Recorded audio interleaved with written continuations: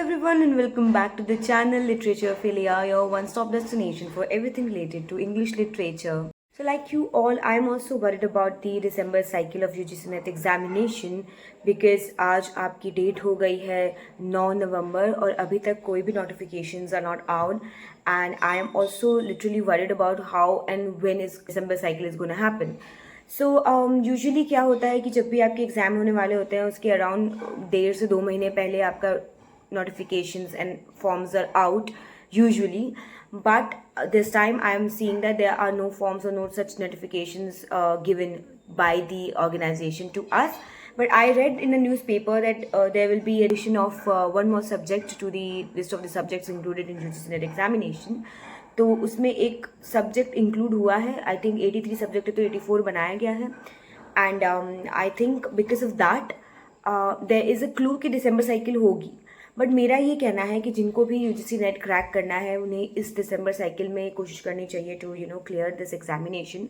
Y? Because I think from next year onwards, जैसे इस साल बहुत सारे एडिशन हुए थे न्यू रूल्स के, जैसे कि आपका PhD भी इसमें एड ऑन कर दिया गया था. तो आई think from next year onwards I don't think negative argument will be there because that doesn't make any kind of sense.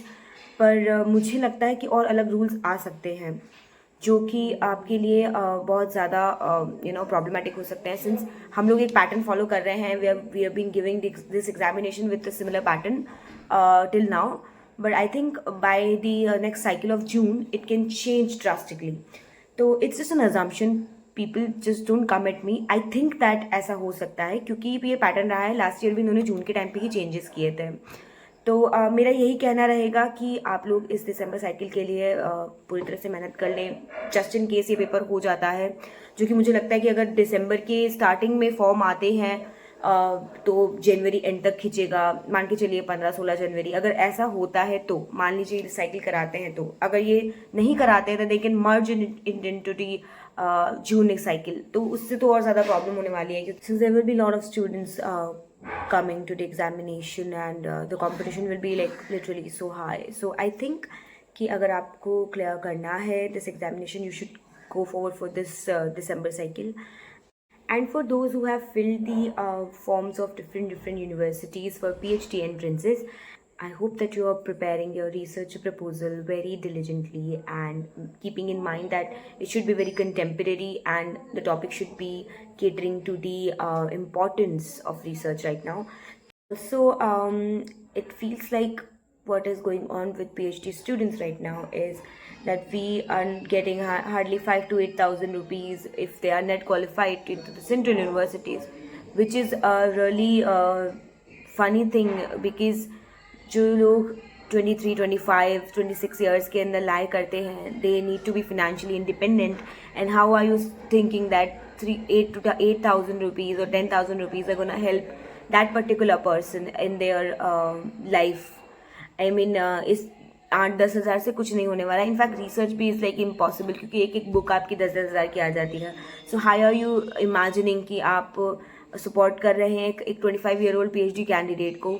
So I think कि एक ये बहुत बड़ा प्रॉब्लम है हायर एजुकेशन का जो सॉल्व होना चाहिए. क्योंकि लोग कहेंगे कि आपको अगर चाहिए पैसा तो यू शुड क्रैक JRF. तो I agree with that, but you can not just put your life on stake just because you are not clearing out JRF clear करने के चक्कर में आप जिंदगी के 5-6 साल नहीं कमा सकते ना. So that is like a foolish thing. और इससे अच्छा है कि आप अपनी लाइफ में कोई कुछ और करें. कभी कभी I also feel like that I should switch my field, but because higher education is giving me no possibility to look forward in life. I don't want to make things hard for you guys, but I think reality बोलना बहुत important है क्योंकि मैं इस field में हूँ और मुझे दिख रही हैं रियलिटीज़. तो मुझे लगता है कि ये बोलना बहुत इंपॉर्टेंट है. अगर जिसने JRF क्वालिफाई कर लिया वेल एंड गुड, आपको एक हेल्प मिल जाएगी for few years for your PhD, जो कि बहुत इंपॉर्टेंट है क्योंकि बिना पैसे के आप PhD नहीं कर सकते. It's really difficult to go forward in PhD degree without money. So मेरा यही कहना रहेगा that try to crack JRF ही हो जाए तो सही है क्योंकि एक बार आप PhD एनरोल हो जाते हो तो बहुत सारी डिफिकल्टीज आ जाती हैं. You have to look after lot of things in your life. तो और फिर आप उस एज में आ जाते हो way you need money. So my suggestion would be that कि आप JRF क्वालिफाई कर ही लो तो बहुत अच्छा है. अगर नहीं होता है then it's not in your hand, you can just do your hard work. Thank you so much for watching.